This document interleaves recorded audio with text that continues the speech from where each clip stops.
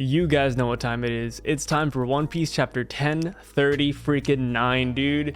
Welcome back, y'all. My name is Sai. We're gonna be talking about this week's chapter of One Piece, and this was the chapter we kid fans needed. Alright, but before we hop into it, I have to say a huge thank you to everybody who showed up to my spoilers video for this week's chapter. To everybody who liked it, commented, and subscribed, it really means a lot to me.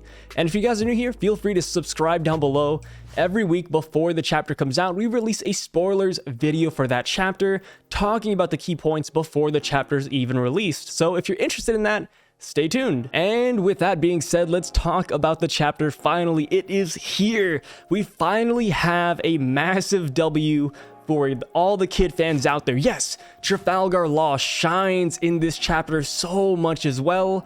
But let's be real here. Law has always had great feats. Law has always been this awesome character.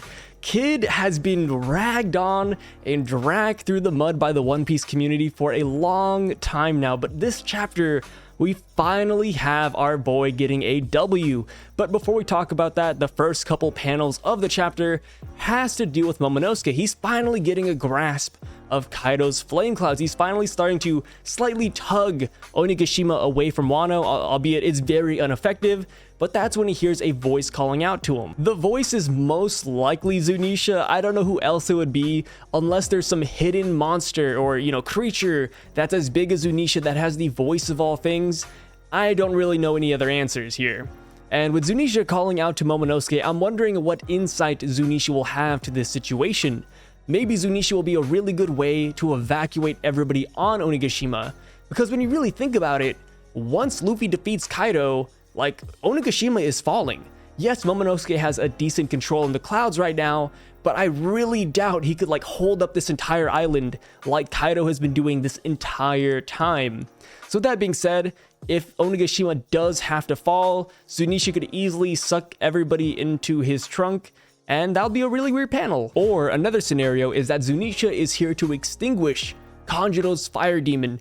Elephants are good at sucking up water and, gently shooting it out. But on the scale of Zunisha, it would be a devastating amount of water being shot at you. And that might just be enough to extinguish the flames. But with that being said though, why would Zunisha know about Kanjuro's fire demon? That's the one thing that makes me think that this will not happen. Is because there's no way Zunisha's oh my god, it's Kanjuro's fire demon, time to go to Wano, it's definitely here to help Momonosuke with that island and to help Luffy get out of this sticky situation. Alright, so moving on, we have the KidinLaw portion of the chapter, and I am so glad that the fight encompasses the entire freaking chapter. The main complaint I had with the Law and Kid and Big Mom fight was that a lot of it, at least half of it was off screen. Kid and Law are oh, I'll take on Big Mom. They start bumping their fists, and then we cut back to them and they're huffing and puffing. They're on the floor and stuff. And I'm oh my god, we're getting off screened on a YONKO fight. So with that in mind, I could not see Big Mom being taken down, and I couldn't see KidinLaw being taken down as well. I thought this fight was going to end in a stalemate, but that is not the case. Oda decided to finally flesh it out, and we're getting such a great chapter with that. So we pick up the fight where we left off last chapter with Kid ramming Big Mom with his giant bull. Big Mom is currently unconscious. Everybody is celebrating. The Beast Pirates are in disarray. They cannot believe what just happened.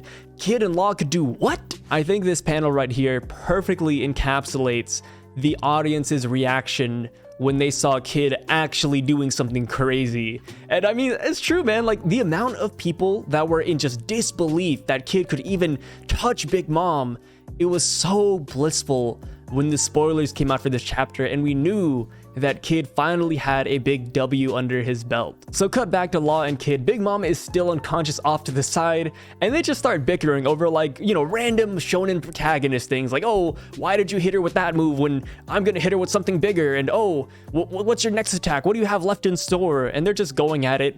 And I love Kid's expression in this, because he looks like he was serious, right? He's what are you talking about? I'm over here trying to defeat a YONKO and you're arguing about this nonsense? And then that is when we see a menacing Big Mom standing up from the shadows, and it is revealed, if you had any doubt how strong the attacks were from last chapter. If you had any shred of doubt, Big Mom stands up and her arm, her hand, her wrist is broken. In the One Piece universe, characters break their bones a lot of times, but it's usually not a big deal, right? It's like, oh, I hurt my arm. I'm just gonna wrap like 5,000 band-aids around it and it's gonna be a-okay in the next chapter. You never see Luffy mid-fight, like his arm just snap, right? Imagine Zoro going in to attack somebody and then boom, his arm detaches. Like, that doesn't happen. Imagine Whitebeard in Marineford. Imagine if all of a sudden he's like, oh, snaps, there goes my arm, like it's broken in half. No attack has actually done this to somebody on a Yonko level. And here you have KidinLaw doing this to Big Mom. Like, that is insane.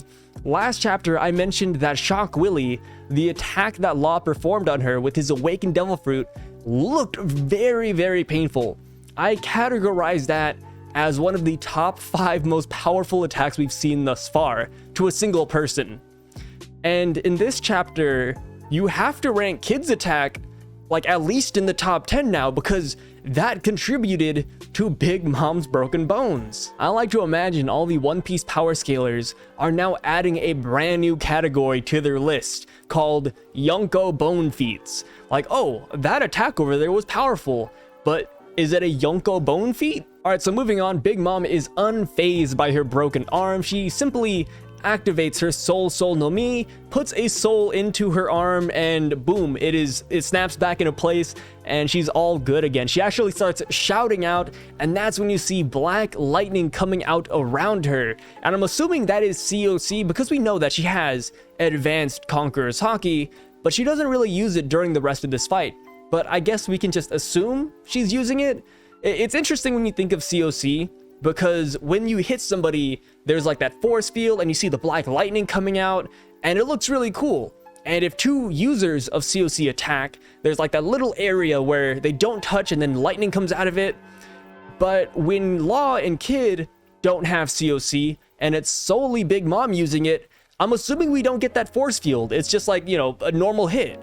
So all of Big Mom's attacks during this chapter, I would consider them to have COC behind them. It's kind of a big deal. It's kind of not a big deal at the same time, unless you're really trying to nitpick and power scale this fight out.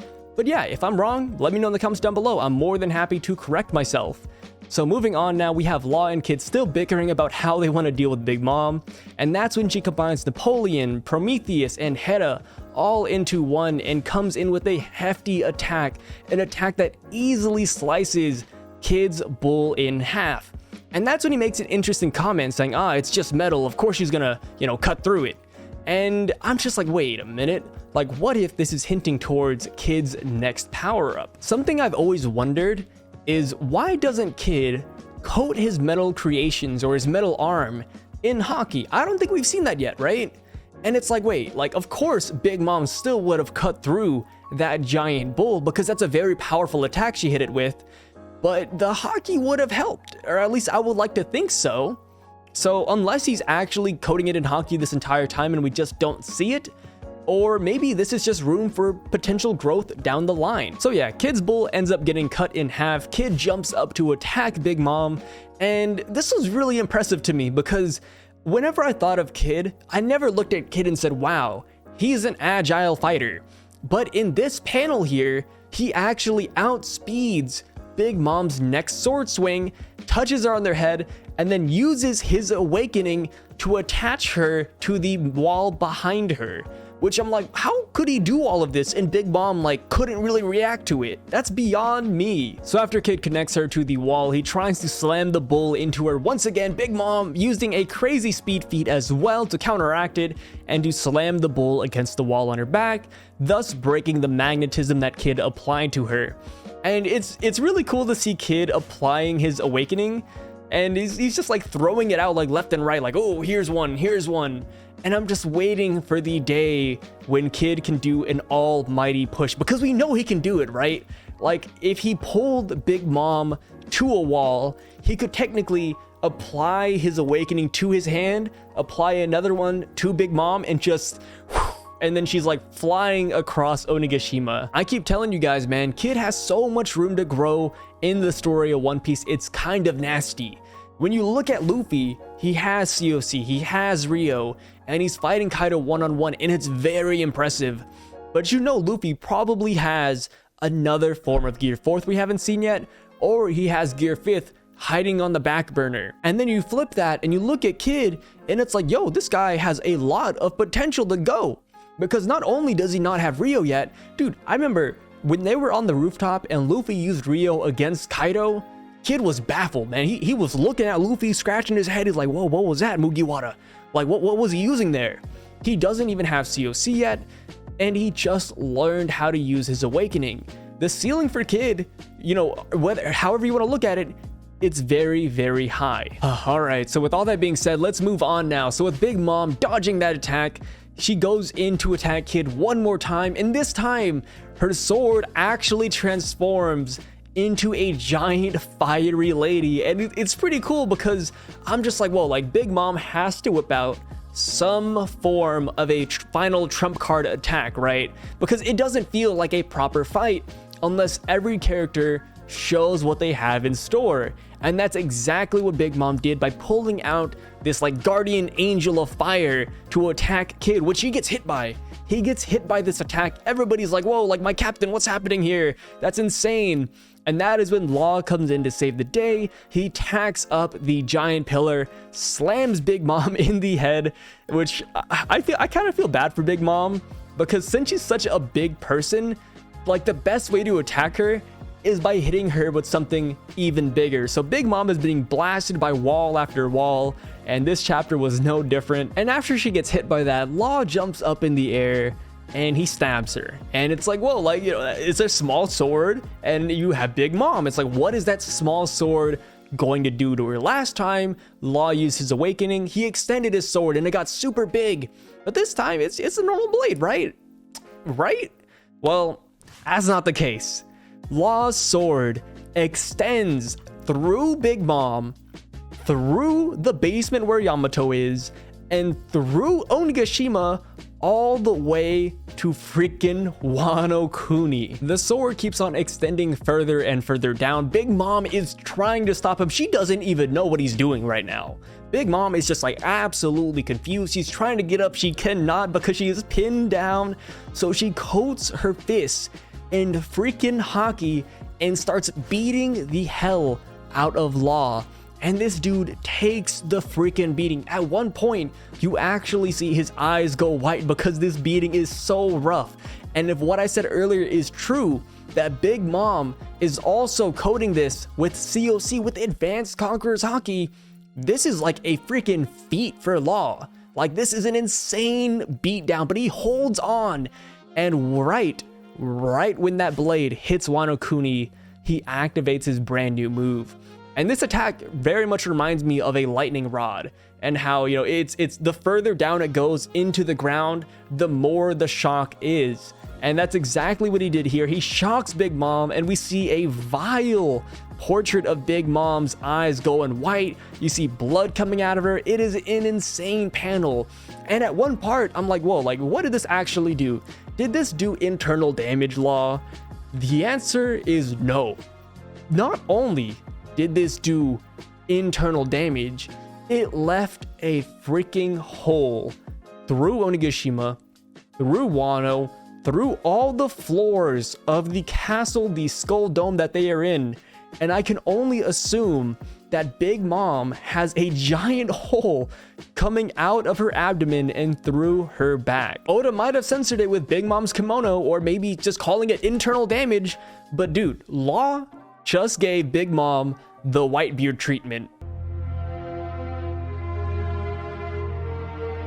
Two things I want to note about Law's attack is that it creates this giant hole, like I said before, and we see Yamato's reaction to this hole, and it looks like she might have an idea on how to handle the explosives.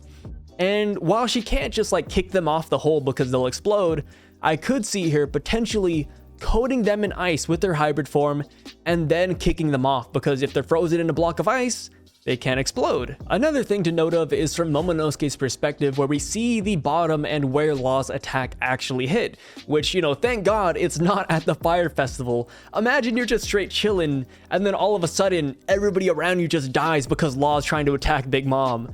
Thankfully, they are on the desert portion of Wano Kuni, and unfortunately, they are very, very close to the fire capital. They are edging closer and closer by the freaking minute. And with that being said, Big Mom, while she is severely damaged by this attack, she is going in for the kill on Law. Law is, you know, barely holding on after taking that hockey beating. And then we turn around and we see Kid. The man people have been underplaying, the man people have been saying, oh, he can only use this one fighting style. He's all about hitting people with his fists and slamming giant metal pieces into people. He would never use his devil fruit. What do you think this is? Are you even reading One Piece? Woo.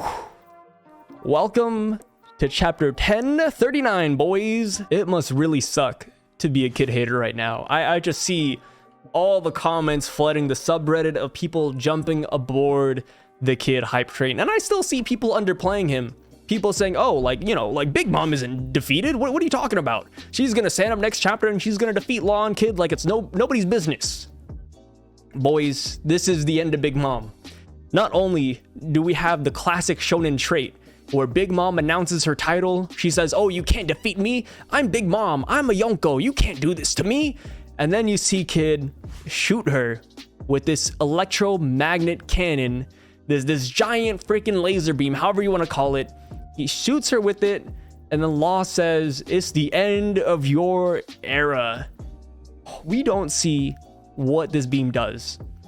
This beam was being shot at a Big Mom who is behind a very large hole that goes all the way down to Wano Kuni. Bro, Big Mom's being shot with this laser. I guarantee you, next chapter, you're gonna see her. She's gonna be like, woo, all the way off Onigashima. She's gonna hit the bottom onto Wano Kuni. She is taking like a 5,000 kilometer foot drop.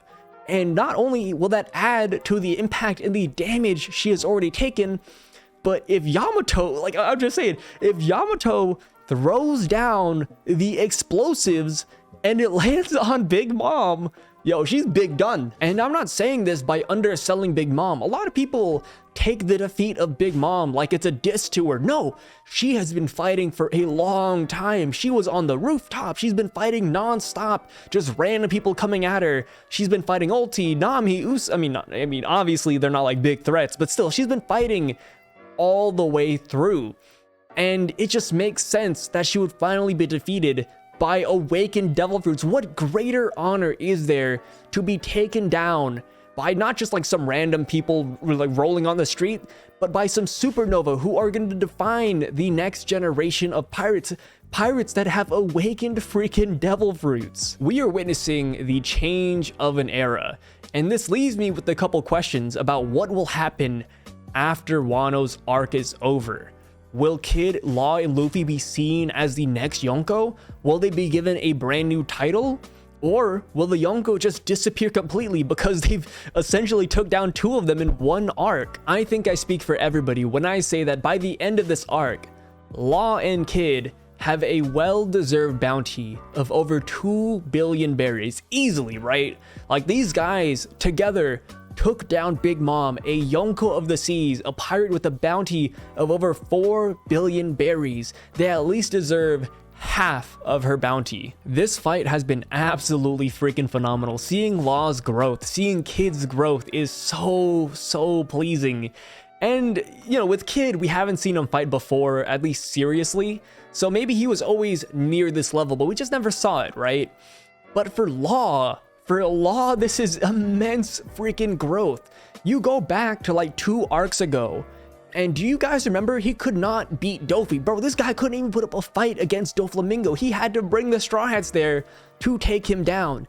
And then here we are, 2 to 3 arcs later, Law helped take down Big Mom, a Yonko. He has an awakened devil fruit. He took a hockey beating from her, got bodied on the rooftop to a good degree, and he fought all the way through with no break. These guys have just surpassed any feats that we could have imagined for them. And while I thought this was an amazing freaking chapter, I did look through the comments of the spoiler video as well as the comments on the One Piece subreddit, and there's a lot of people who think this is like horrible power scaling, which, you know, in some terms I kind of agree, like, oh yeah, like they did make a huge jump to defeating a Yonko, but when you really think about the grand scheme of One Piece, it's like, if they don't defeat a Yonko now, when will they?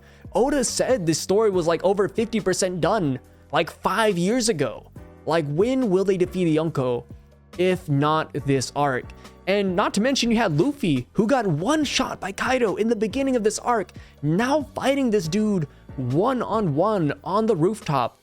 I really believe what they said with Haki blooming, you know, in the strongest of battles, in the heat of battle, and the more adversity you fight, the stronger you become. That is so true. This reminds me of what Dragon Ball Z does, right? It's like a Zenkai boost for Saiyans.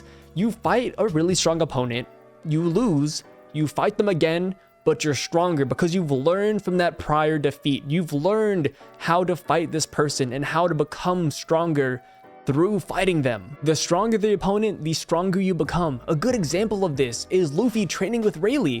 Dude, Luffy had so many abilities he learned by training with the man. You had Zoro training with Mihawk. You know, granted, they're not fighting, but they're training together. Imagine if you were to fight them seriously for so long, and that's what we had during this arc. You had Kid and Law continuously fighting Big Mom and Kaido, and they've just bloomed throughout the fight. Same with Luffy.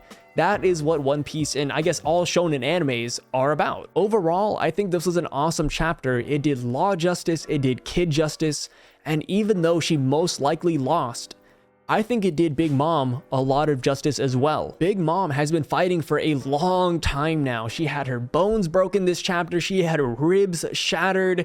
She got hit by the Shock Willy attack. She got hit by the Bull. She got hit by Luffy. She has been through the ringer.